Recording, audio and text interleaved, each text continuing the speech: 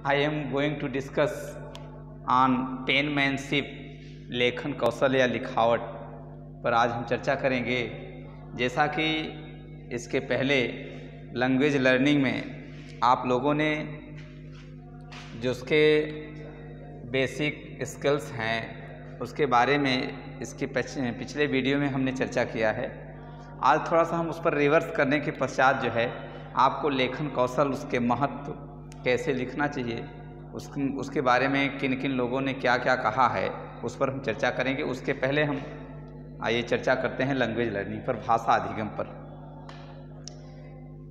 आज DElEd second semester के student के लिए अंग्रेजी विषय के अंतर्गत जो क्लासरूम टीचिंग है उसमें लैंग्वेज लर्निंग, भाषा अधिगम के अंतर्गत 4 जो कॉन्सेप्ट हैं उसकी हम चर्चा करेंगे। संक्षिप्त में चर्चा करने के बाद इसमें जो सबसे इम्पॉर्टेंट है या जो लास्ट स्किल है वो राइटिंग स्किल है। उसको जो है पेनमैनशिप मतलब लेखन कौशल या लिखावट भी कहा जाता है, उसको हम थोड़ा सा आज चर्चा करके आप लोगों को बताएंगे।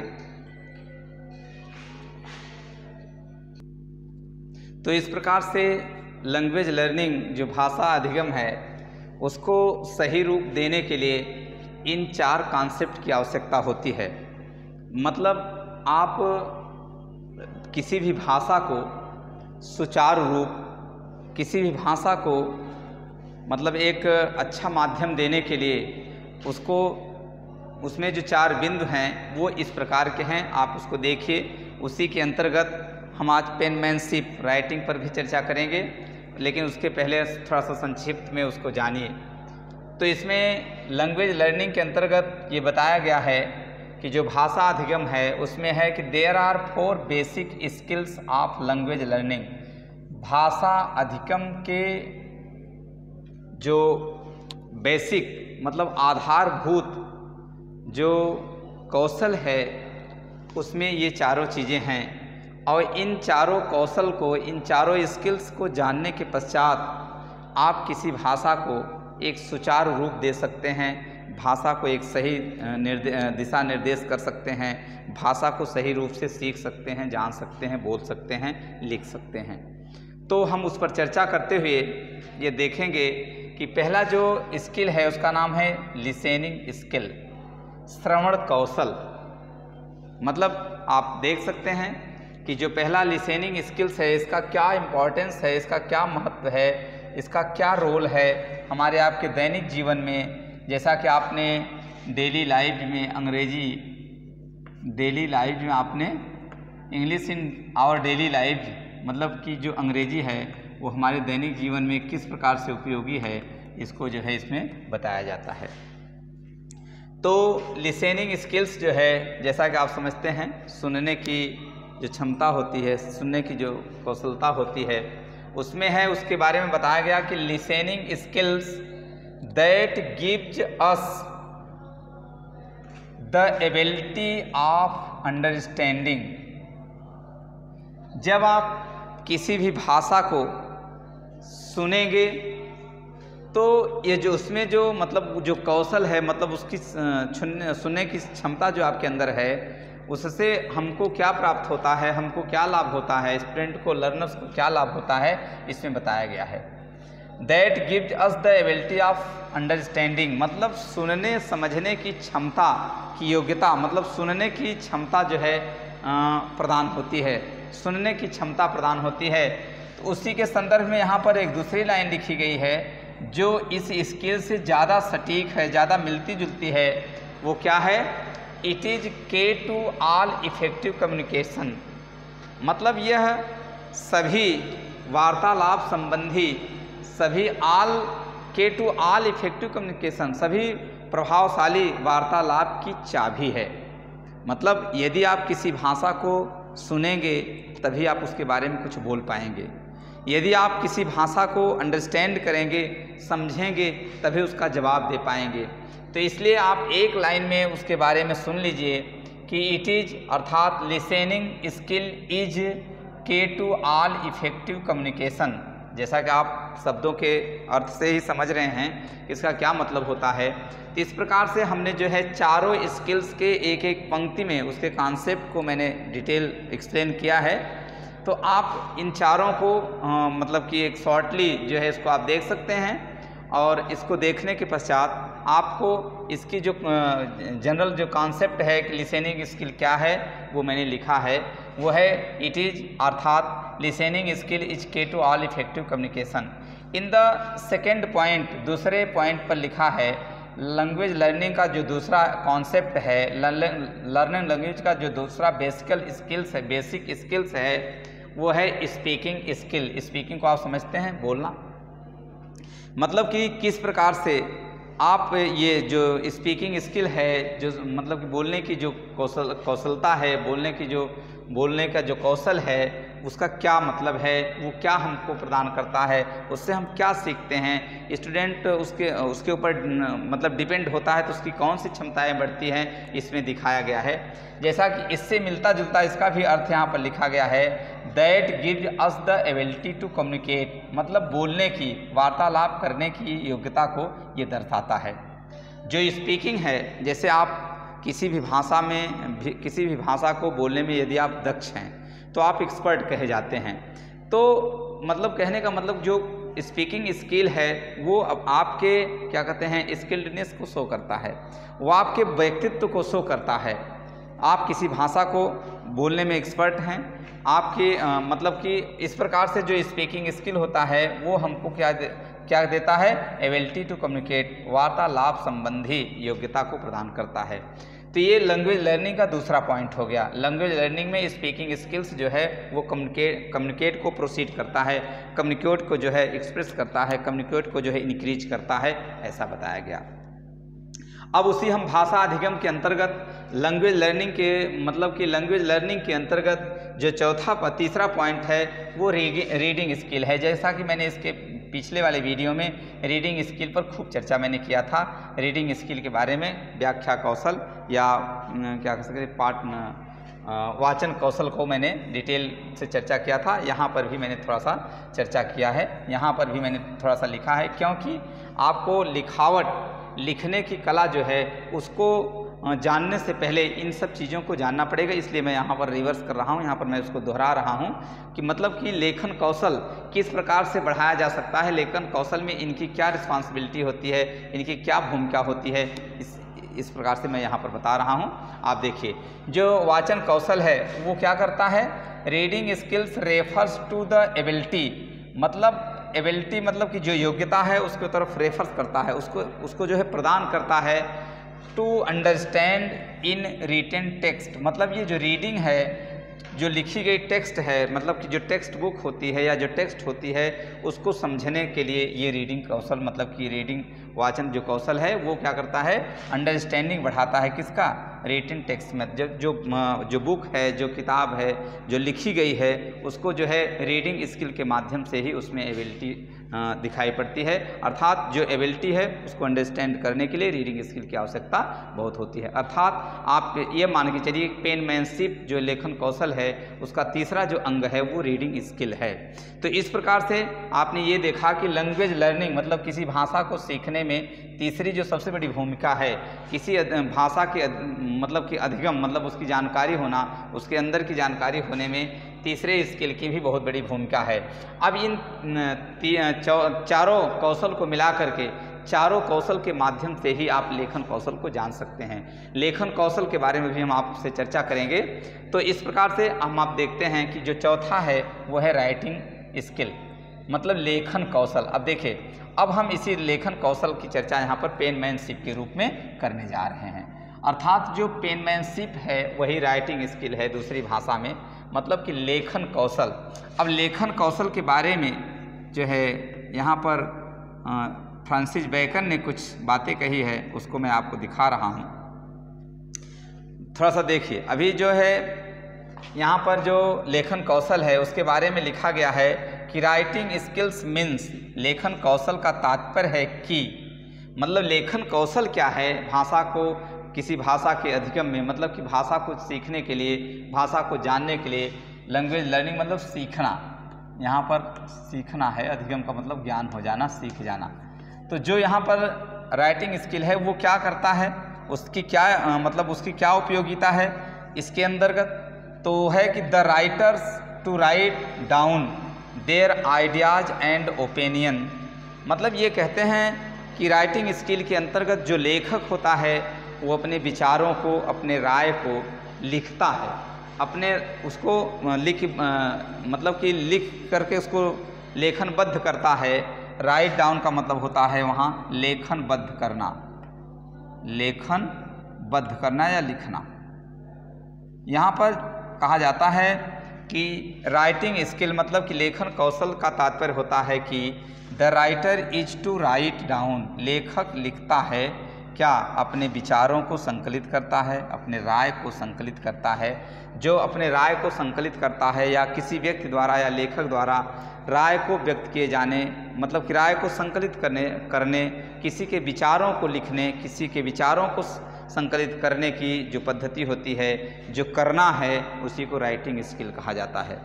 अब राइटिंग स्किल जो होती है मतलब कि जैसा कि इसमें आपने देखा कि सुनने की क्षमता कैसी होनी चाहिए, स्पीकिंग बोलने की क्षमता, बोलने में इन्फ्लुएंसी होनी चाहिए, रीडिंग अब पढ़ने में जो है क्या होना चाहिए, तत्परता होना चाहिए, पढ़ने में जो है स्किल्डनेस होना चाहिए, दक्षता होना चाहिए कि माने उसमें जो उच्चारण है, उसमें प्रोनाउंसिएशन है, उसका शुद्ध प्रोनाउंसिएशन होना चाहिए।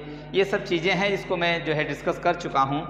अब हम राइटिंग स्किल की बात करते हैं, लेखन कौशल की बात करते हैं। लेखन कौशल के अंतर्गत मतलब ये लैंग्वेज लर्निंग के अंतर्गत जो चौथा पॉइंट है लेखन कौशल, इसी के अंतर्गत पेनमैनशिप है। अब हम पेनमैनशिप पर चर्चा करते हुए उसके महत्व को, वो कैसे मतलब लिखावट कैसे अट्रैक्टिव होगी, कैसे लिखना चाहिए, छोटा लिखना चाहिए, बड़ा लिखना चाहिए, इन तमाम बिंदुओं पर हम चर्चा करने जा रहे हैं। तो आप अब आगे देखते हैं पेनमैनशिप, लेखन कौशल मतलब लिखावट क्या होनी चाहिए उसके बारे में बताया गया। तो लेखन कौशल की चर्चा करते हुए हमने यहाँ जो बिंदु जो है दिए गए हैं, जो कॉन्सेप्ट यहाँ पर लिखा हुआ है उसको हम पढ़ रहे हैं। इसके बाद हम उसका अर्थ आपको बताते हैं। बहुत सरल सा अर्थ है, बहुत आसानी से आपको समझ में आ जाएगा। अब हम जो पेनमैनशिप है इसी को राइटिंग कहा जाता है, पेनमैनशिप को ही राइटिंग कहा जाता है। तो इसलिए आप अब राइटिंग क्या होनी चाहिए, ये क्या होना चाहिए, इसके बारे में हम थोड़ा चर्चा करते हैं। Penmanship is the technique of writing, मतलब ये कहा जाता है कि जो लिखावट है वो लिखने की एक तकनीकी है, जो लिखावट है वो लिखने की एक तकनीकी है। With the hand using a writing instrument, जो हाथों से, पेनमैनशिप मतलब होता है हस्त लेखन या हस्त लिखावट, पेनमैनशिप का मतलब होता है हस्त लेखन और वैसे राइटिंग का मतलब होता है केवल लिखना। तो यहाँ पर जो कहने का तात्पर्य है कि penmanship is the technique of writing with the hand using a writing instrument, मतलब हाथ के द्वारा ए राइटिंग इंस्ट्रूमेंट, लिखने के यंत्र जो हाथ से प्रयोग किए जाते हैं। तो इस प्रकार से जो लिखावट है वह लिखने की एक कला है, लिखने की एक तकनीकी है, जो हाथ के द्वारा, जो हाथों से औजारों द्वारा प्रयोग करते हुए, लिखने के औजारों का हाथों से प्रयोग करते हुए लिखने की एक तकनीकी है। इस प्रकार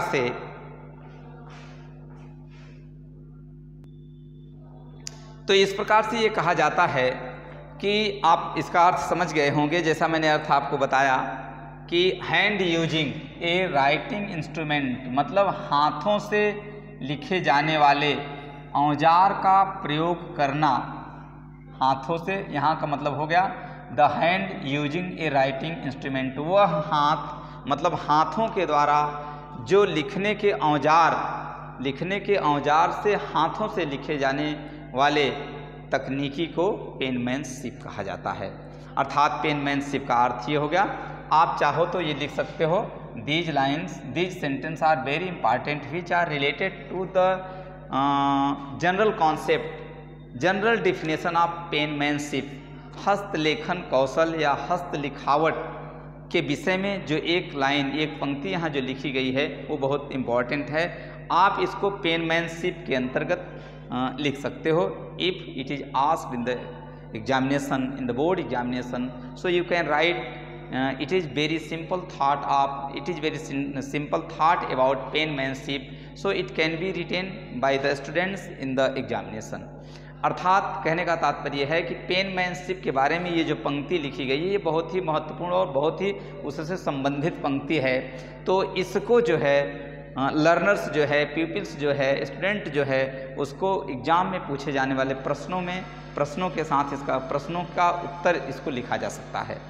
अब उसी के संदर्भ में हम कुछ और पंक्तियाँ उसमें जोड़ी गई हैं, उसको भी हम यहाँ पर बता रहे हैं। अब देखिए, today this is not commonly done with a pen a pencil but throughout history has included many different implement. Today this is not commonly done. अब यहाँ कहने का तात्पर्य है कि ये सामान्य ढंग से पूरा किए जाने वाला विथ ए पेन मतलब कलम से, पेंसिल से, मतलब ये कहते हैं कि today this is not commonly done with a pen and pencil. मतलब इनके कहने का तात्पर्य है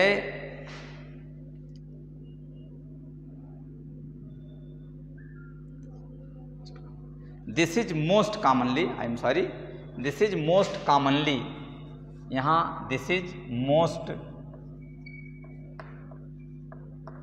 is most commonly done with a pencil. प्रायः यह अधिकतर, यह जो लिखावट है वो कैसे पूरा की जाती है उसके बारे में बताया गया है। तो यहाँ आप देख सकते हैं अर्थ है today this is most commonly done, मतलब ये प्रायः सामान्य तरीके से ये पूरा किया जाता है विथ ए पेन, मतलब कि एक कलम के द्वारा। मतलब लेखन का जो कार्य है वो किसके द्वारा पूरा किया जाता है? एक कलम के द्वारा। यहाँ पर पेंसिल के द्वारा, मतलब ये जो मतलब इंस्ट्रूमेंट है, जो मतलब राइटिंग इंस्ट्रूमेंट के अंतर्गत जो बातें बताई गई वो कौन सी बातें हैं? इसमें जो पहले ही बात है वो क्या है? पेन, और दूसरी जो उसका मतलब इंस्ट्रूमेंट है वो है pencil.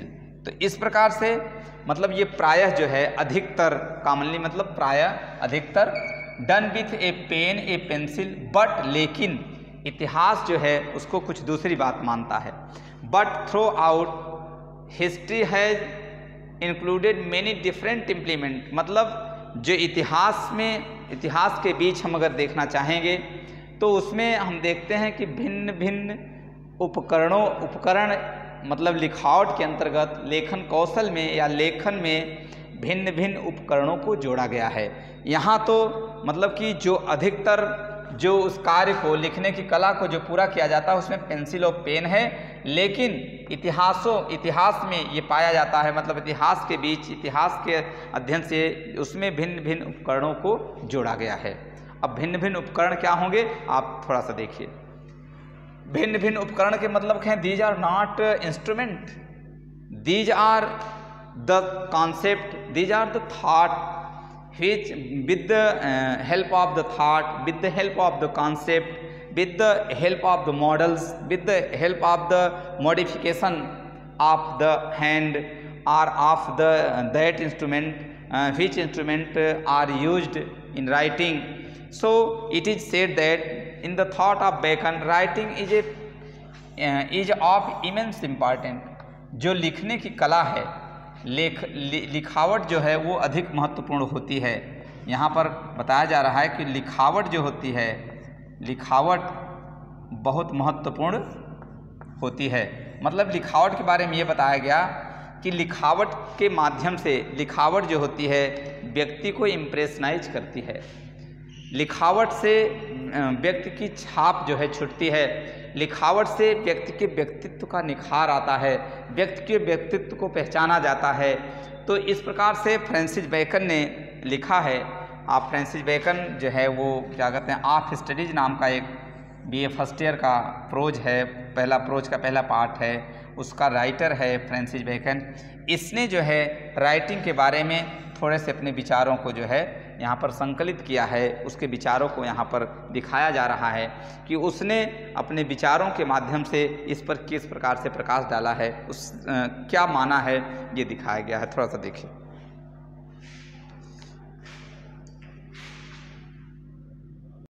So Francis Bacon says reading makes a fool man, the concept of Francis Bacon has been given in his view, so he says reading makes a full man. The skills, language learning skills, speaking skills, listening and reading skills has been given in the view of Francis bacon.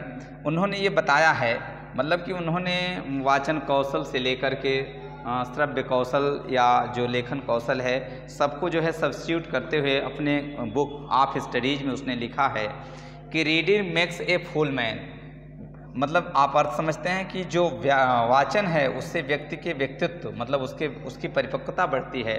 Conference A ready man and writing exact man, मतलब कि लिखने से आधारभूत जो तथ्य हैं, जो सही तथ्य हैं उसकी जानकारी होती है, मतलब एग्जैक्टनेस की जानकारी होती है। जैसे अब इन्होंने जो कहा है उसको थोड़ा सा हम जो है एग्जाम्पल देना चाहते हैं। जैसे अभी मतलब जो लर्नर्स है, हम थोड़ा सा एक एग्जाम्पल देंगे। उसने एप्पल नाम के शब्द को केवल उच्चारण के रूप में उसने देखा है, but he does not know about the spelling of apple. So it is said that in the view of Francis Bacon he knew about the exact meaning of apple by studying reading, by studying writing, or giving the expression of pronunciation of that meaning or that spelling or that word. It is apple, so it is meaning apple, A-P-P-L-E. It is exact thought in the view of Francis Bacon. Francis Bacon के दृष्टि में, Francis Bacon के अनुसार जो exact man की बात जो यहाँ पर की जा रही है उसका तात्पर्य है कि यदि जो लर्नर्स है, यदि जो स्टूडेंट है वो केवल और केवल उसके उच्चारण को जानता है, यदि उसके लेखन कौशल स्ट्रांग रहेंगे, यदि उसके लेखन कौशल में स्किलनेस रहेंगे, निपुणता रहेगी, तो वो एग्जैक्ट मैन होने का तात्पर्य होता है कि उस स्पेलिंग को एग्जैक्ट लिखना जान जाएगा। तो यहाँ पर जो थॉट ऑफ फ्रांसिस बेकन है उसका ये तात्पर्य होता है कि इसके माध्यम से, इस स्किल्स के माध्यम से, इसमें तो सब सारी बातें कहा है, रीडिंग से लेकर के राइटिंग की बात करते हैं, तो रीडिंग और राइटिंग का मतलब यही है। तो यदि आप you don't know how to write in good hand, आप ये नहीं जानते हैं कि अच्छी लिखावट क्या होती है, तो रीडिंग कौशल के अंतर्गत आपको ये जानकारी हो जाएगी कि कहाँ पर छोटे अक्षर का प्रयोग किया जाएगा, कहाँ पर बड़े अक्षर का प्रयोग किया जाएगा। ये रीडिंग स्किल से मतलब जानकारी होती है। इसीलिए फ्रांसिस बेकन ने क्या कहा है, reading makes a full man. जो रीडिंग है, जो वाचन है, उससे व्यक्ति के जो व्यक्तित्व हैं वो फुल शेप में आ जाते हैं, वो पूर्ण आकार में आ जाते हैं, उसका मतलब होता है फुल मैन। तो इस प्रकार से आप देख रहे हैं कि जो रीडिंग है, जो राइटिंग है, उसके बारे में फ्रांसिस बेकन ने भी यहाँ पर लिखा है। So it is very important lines which are related to Francis Bacon. It is related to the line of studies of Francis Bacon. ये फ्रांसिस बेकन के मतलब एक जो निबंध है उसके अंतर्गत जो है ये लिखा गया है। तो इस प्रकार से हम आगे थोड़ा सा अध्ययन करते हुए चलते हैं। इसके बारे में थोड़ा सा और चीज़ें लिखी गई हैं, उसको आप थोड़ा सा देखिए। सो it is said it is an important tool, मतलब कि ये बहुत महत्वपूर्ण यंत्र है। कौन सा? ये लिखना। मतलब जैसे कि अभी यहाँ पर बताया गया ना कि but throughout history has included many different implement. यहाँ पर जो उपकरण की बात की गई है, जैसा कि मैंने अभी डिस्कस करके बताया है कि जो उपकरण है वो these are not instrument, these are only thought. So it is said that it is an important tool which enables man to communicate with other pupils in many different ways। ये सीधे सीधे इसका अर्थ आप देख सकते हैं। It is an important tool, एक महत्वपूर्ण यंत्र है, उपकरण है। which enables, जो प्राप्त करवाता है, जो प्रदान करता है, जो महत्व देता है। मैन टू, जो एक व्यक्ति को प्रदान करता है, वो क्या? To communicate with other peoples, एक शिष्य दूसरे शिष्य से वार्तालाप करने के लिए, मतलब वार्तालाप करने के लिए ये एक महत्वपूर्ण उपकरण है। इन मेनी डिफरेंट वेज, मतलब भिन्न भिन्न वे माने भिन्न भिन्न रास्ते से, भिन्न भिन्न तरीके से ये कम्युनिकेट मतलब वार्तालाप करने संबंधी वार्तालाप के महत्व को प्रदान करता है। या यह एक बहुत महत्वपूर्ण उपकरण है जो एक शिष्य से दूसरे शिष्य के बीच में वार्तालाप करने संबंधी भिन्न भिन्न तरीकों को बताता है, भिन्न भिन्न तरीकों को प्रदान करता है।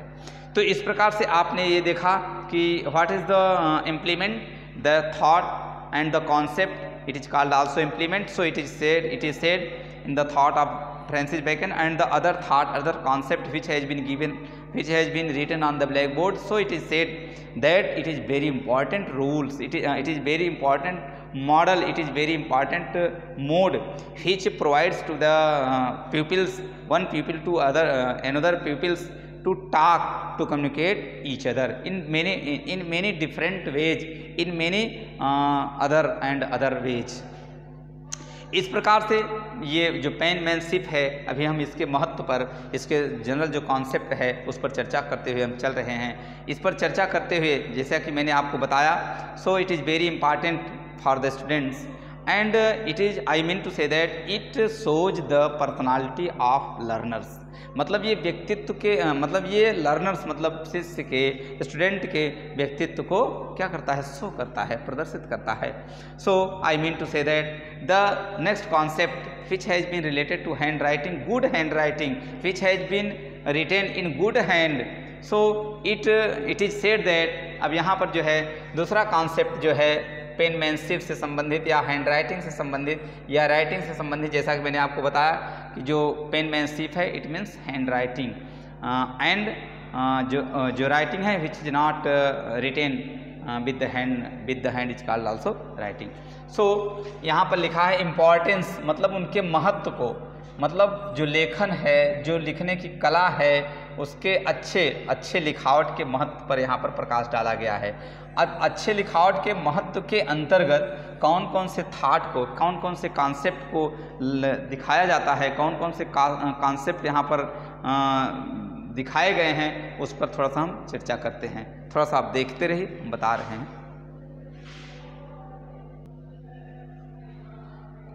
अब यहाँ पर बताया गया कि जो हैंड राइटिंग है, या यहाँ पर यह कह सके जो पेनमैनशिप है,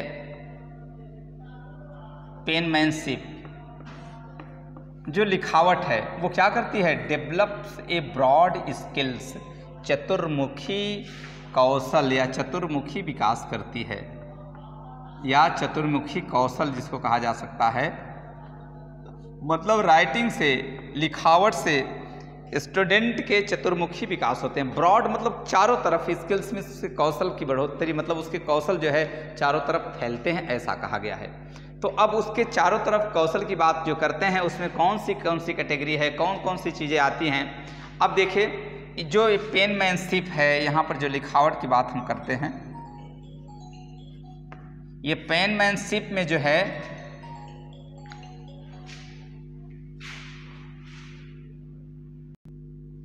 जो बेसिकली मतलब कि आम तौर पर, मतलब कि जो है बेसिक तौर पर जो है वो पहला उसमें जो सुधार होता है, पहला जो उसमें इम्प्रूवमेंट होता है पेनमैनशिप से, हैंड राइटिंग से, उसमें सबसे पहले स्पेलिंग का सुधार हो जाता है।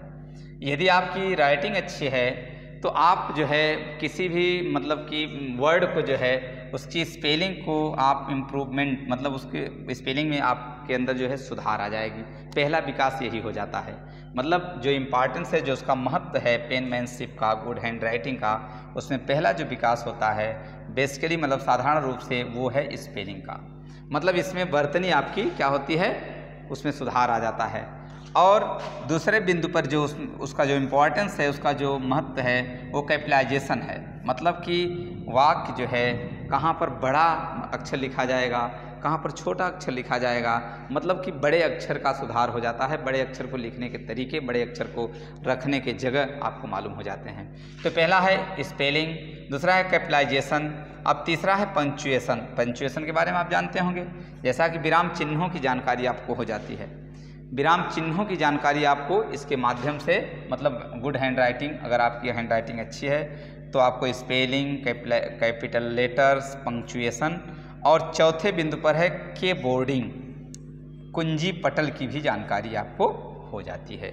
इसलिए पेनमैनशिप मतलब कि अच्छी लिखावट, लेखन कौशल का जो महत्व है, लेखन कौशल से जिस मतलब कौशल का विकास, लेखन कौशल से जो स्टूडेंट है उसके जो विकास होते हैं, उसके अंदर जो धारणाएं उत्पन्न होती हैं, उस पर हमने चर्चा किया। उसके अंतर्गत है स्पेलिंग है, कैपिटलाइजेशन मतलब कैपिटल लेटर्स है, पंचुएशन मार्क्स है, कीबोर्डिंग है, कुंजी पटल की भी जानकारी का भी विकास होता है।